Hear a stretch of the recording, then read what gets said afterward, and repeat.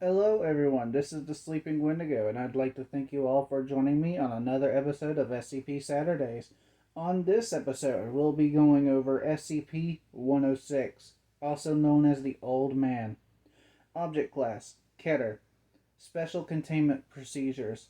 Revision 11 6 and 11 7 have been discontinued due to this SCP's constant escape attempts. Revision 11 8 is what's in active use right now. This is what Revision 11 8 is.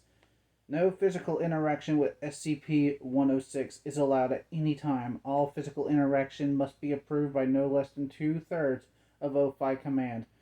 Any such interaction must be undertaken by AR 11 maximum security sites after a general non essential staff evacuation. All staff, research, security, and Class D are to remain at least 60 meters away from containment cell at all times, except in the event of breach events. SCP-106 is to be contained in a sealed container comprised of lead-lined steel. The container will be sealed within 40 layers of identical material, each layer separated by no less than 36 centimeters of empty space.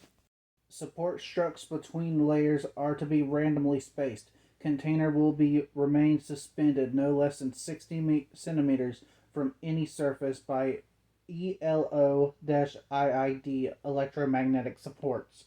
Secondary containment area is to be comprised of 60 spherical cells, each filled with various fluids, and a random assembly of surfaces and supports. Secondary containment is to be filled with light systems capable of flooding the entire assembly in no less than 80,000 lumens of light instantly.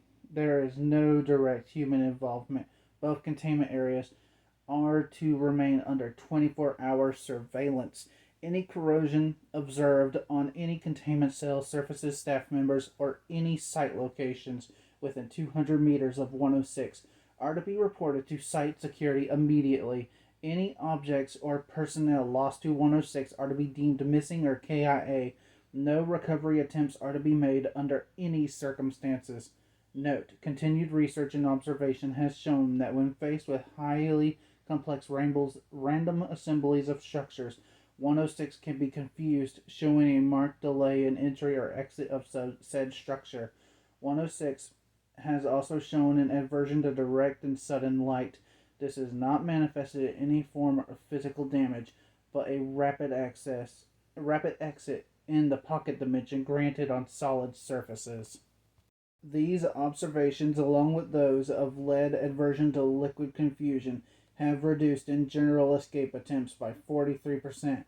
The primary cells have also been effective in recovery instances requiring recall protocol blank. Observation is ongoing.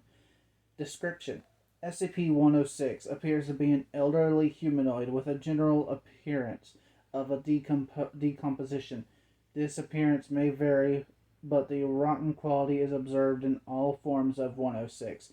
It is not exceptionally agile and will remain motionless for days on end, waiting for prey. 106 is capable of scaling any vertical surface and can remain suspended upside down indefinitely. When attacking, 106 will attempt to incapacitate prey by damaging major organs, muscle groups, or tendons, then pull the disabled prey into its pocket dimension. 106 appears to prefer human prey items in the 10 or 25 years of age bracket.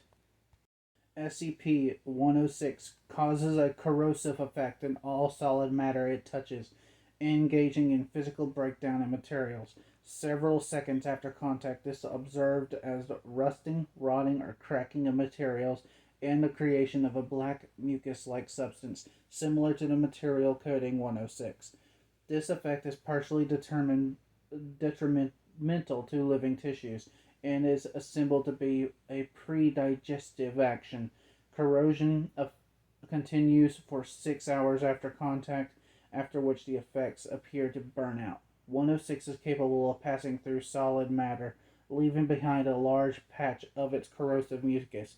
106 is able to vanish inside solid matter, entering in what is assumed to be a form of pocket dimension.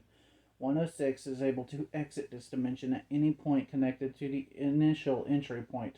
Examples: entering an inner wall into a room and exiting the outer wall, entering a wall and exiting from the ceiling.